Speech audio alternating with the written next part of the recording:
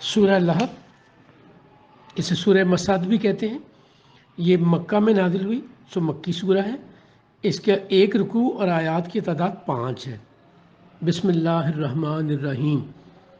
تبت یدا ابی لہب و تب، ابو لہب کے ہاتھ ٹوٹ جائیں گے اور وہ ہلاک ہو جائے گا۔ ما اغنا عنہ مالہ وما کسب، اس کی دولت اور کمائی جس پر اسے بڑا ناز ہے اسے کوئی فائدہ نہیں دے گی۔ سیصلی نارا ذات لہب، تم دیکھو گے کہ جلد ہی یہ جہنم کی شعلوں والی آگ میں داخل ہوگا جس کے شعلے تباہ کن ہوں گے۔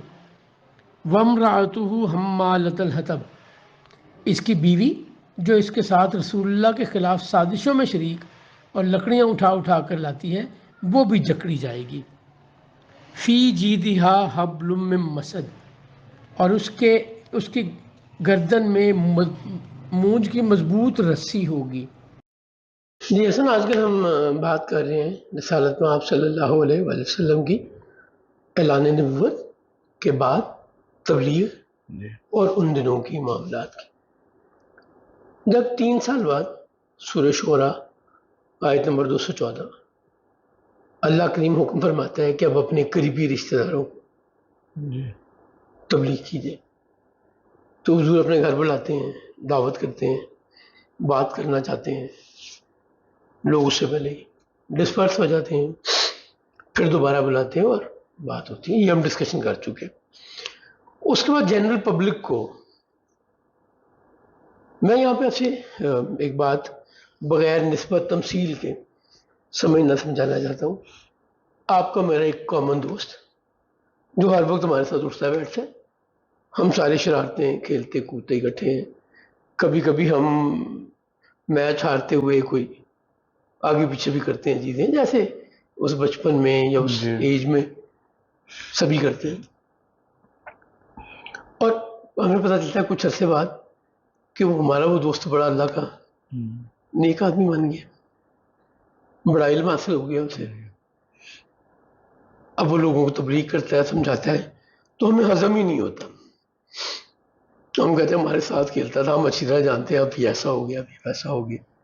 جی، یہ صرف سمجھانے کے لیے میں نے بات کی۔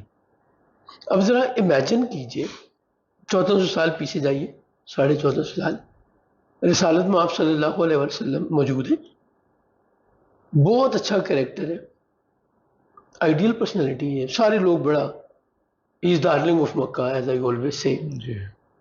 بٹ ایک دن آپ آ کے کہتے ہیں کہ میں اللہ کا نبی ہوں، کتنا مشکل ہے اس کو مان لینا، ہضم کرنا۔ ذرا اس سینیریو میں سمجھنے کی کوشش کیجیے۔ ان کے میں سچے ہونے کی بات نہیں کر رہا، یقیناً سرکار سچ فرما رہے ہیں، اللہ نے انہیں نبی بنایا ہے، حکم دیا بتانے کا، بٹ یہ اناؤنس کرنا کتنا مشکل ہے، بالکل، اور سننے والے کے لیے اسے ایکسیپٹ کرنا کتنا مشکل ہے۔ علی ابن ابی طالب کہتے ہیں کہ میں چونکہ سرکار کے گھر میں رہتے تھے اور بڑی دفعہ حضور کے ساتھ پڑھتے تھے، وہ کہتے ہیں میں رسالت مآب صلی اللہ علیہ وآلہ وسلم کے اعلان نبوت سے پہلے رسول اللہ کے ساتھ کہیں جا رہا تھا، تو جو درخت رستے میں آتا تھا وہ سرکار کو سلام کرتا تھا۔ یہ کون گواہی دے رہے؟ علی ابن ابی طالب۔ سرکار فرماتے ہیں کہ میں اب بھی اس پتھر کو پہچانتا ہوں جو اعلان نبوت سے پہلے مجھے سلام کیا کرتا تھا۔ سو اپنی حد تک تو بڑا کلیئر ہے کہ اللہ کے نبی ہیں، اللہ کے رسول ہیں، بٹ لوگوں کو جا کے یہ بتانا کہ میں اللہ کا نبی ہوں کتنا مشکل کام ہے، اور لوگوں کا اس پہ مان لینا جہاں اپنی زندگی گزاری ہو۔ اور اسی بارے میں اللہ بڑے کمال اور بڑے ایکسائٹمنٹ کے ساتھ ہے وڈ سے کہتا ہے کہ کیا تم نے زندگی 40 سال کی دیکھی نہیں، تمہارے درمیان گزاری، کوئی انگلی تو اٹھا کے دکھاؤ۔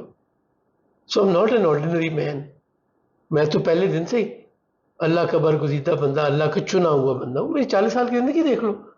نہیں، خیر، اب سرکار جو دستور تھا مکہ میں کہ لوگوں کو اکٹھا کرنے کے لیے کہا جاتا تھا یا صباحا یا صباحا، یہ 2-3 ایپیسوڈ پہلے جب ہم حضور کی صاحبزادیوں کی بات کر رہے تھے، 2 صاحبزادیوں کی، تو اس میں بھی ہم نے ذکر کیا تھا، تو لوگ اکٹھے ہوتے تھے یا صباح کا مطلب یہ ہوتا تھا something important I need to announce. کئی لوگ اپنے غلام کی آزادی کی بات کرتے تھے, کئی کسی کو اپنا منہ بولا بیٹا بنانے کی بات کرتے تھے, مختلف اناؤنسمنٹس ہوتی تھیں. اینڈ اس کا مطلب یہ ہوتا تھا something important has happened اور is going to happen, so be there to know it directly. جو خود نہیں جا سکتا تھا کسی نہ کسی کو اپنی جگہ پراکسی بھیجا کرتا تھا. تو رسالت محمد صلی اللہ علیہ وسلم صفا پہاڑی پہ چڑھے اور ان سے کہا کہ اگر میں تم سے کہوں لوگوں سے کہ پہاڑ کے پیچھے سے دشمن کی فوج حملہ کرنے آ رہی ہے تو مان لو گے؟ اچھا, عرب میں یہ کریڈیبلٹی اپنی پہلے بتانے کا رواج تھا, اپنا خاندان کا نسب, اپنا پچھلا اچیومنٹس, اپنا کریکٹر, بلیویبلٹی کے لیے یہ دستور تھا. تو جب یہ بتا لیا کہ میں کون ہوں, میرا کریکٹر کیا ہے, میں آج تک تمہارے درمیان ہوں, تو یہ سوال پوچھا. تو لوگوں نے کہا کہ یس ویل بلیو, بیکاز آپ نے کبھی ایسی بات ہی نہیں کی جو حقیقت میں مبنی نہ ہو, جسے ہم عام زبان میں جھوٹ کہتے ہیں. آپ تو ہمیشہ سچ بولتے ہیں, تو یقیناً سچ ہوگا اگر آپ یہ کہیں گے. تو آپ کہتے ہیں پھر یاد یہ سن لو کہ اللہ ایک ہے, اس کے سوا کوئی عبادت کے لائق نہیں. اور یہ ہجوم میں یہ سارے لوگ تھے, ابو جہل بھی اور یہ لوگ؟ ابو لہب کا تو بڑا ڈسکریٹ آتا ہے ذکر, یقیناً ہوں گے, یقیناً ہوں گے, کیونکہ پرومیننٹ لوگ سارے. دیکھیں وہ آج کی طرح کی زندگی نہیں تھی کہ کوئی شاہدرہ گیا ہوا ہے اپنے کام سے, کسی کا آفس جو ہے وہ رائبنڈ پہ ہے, کوئی کہیں ہے اور کوئی کہیں ہے. بیت اللہ کے ارد گرد ساری ایکٹیویٹی, ساری چیزیں وہیں ہوا کرتی تھی, اور لوگوں کے پاس نسبتاً وقت زیادہ ہوا کرتا تھا. اس طرح کی نہ لائف تھی نہ اس طرح کی ایکٹیویٹیز تھی. تو وہ اکٹھے ہوئے, سرکار نے کہا کہ میں اللہ کی اسی بنیاد پہ, اپنی کریڈیبلٹی کی بنیاد پہ تمہیں بتا رہا ہوں. اگر میں پہلے جھوٹ نہیں بولتا تو آج بھی جھوٹ بولوں گا. تو باقی لوگوں نے تو کوئی اتنا ریئیکٹ نہیں کیا. ابو لہب نے بہت سخت ریئیکٹ کیا اور اس نے کہا ٹوٹ جائیں تمہارے یہ ہاتھ, کیونکہ اشارہ کر کے سرکار نے فرمایا تھا جس سے تم ہمیں اشارہ کر کے ڈرا رہے ہو, اور ستیہ ناش ہو تمہارا, تم نے ہمارا دن برباد کر دیا. جی اس لیے بلایا تھا ہمیں. سرکار ختم مرتبہ خاموش رہے. جواب میں اللہ کے رسول اللہ صلی اللہ علیہ وسلم سے محبت, پہلی تو بات ہے اندازہ نہیں لگایا جا سکتا. اللہ کی کسی معاملے کا اندازہ نہیں لگایا جا سکتا.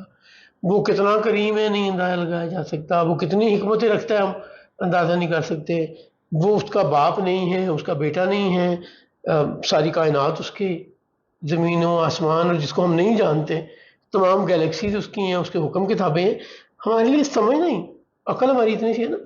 ایمان عقیدہ تو ہم رکھتے ہیں, یقین رکھتے ہیں, بٹ اگر آپ کہیں کہ اسے عقل کے پیمانے پہ سمجھاؤ بتاؤ, تو ہماری عقل میں اللہ نہیں آ سکتا, ہماری عقل سے بڑا ہے. میں کوئی کتاب میں پڑھ رہا تھا کہ قرآن میں اللہ نے بھی فرمایا کہ جو آپ علم کے, اور انسان کو بڑا تھوڑا سا علم دیا. ایسے ہی. اب کیا ہے کہ سرکار خاموش رہے. اللہ نے مائنڈ کیا, اور اتنا مائنڈ کیا کہ ایک سورت جبریل کو دے کر بھیجا, قرآن کریم کی سورت.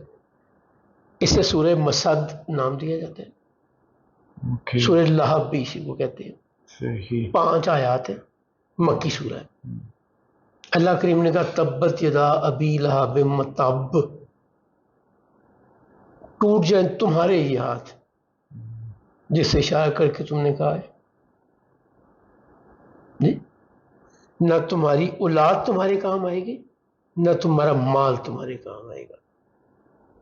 کئی بیٹے تھے اس کے, اور عرب میں بیٹوں کا مطلب یہ ہوتا تھا کہ میں پتہ نہیں کیا چیز ہے, جو آج بھی چلا آ رہا ہے ہندو کلچر میں بھی.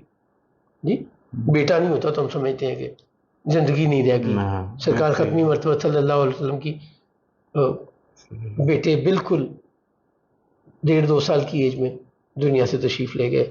آپ کہتے ہیں فاطمہ کی اولاد میری اولاد ہے.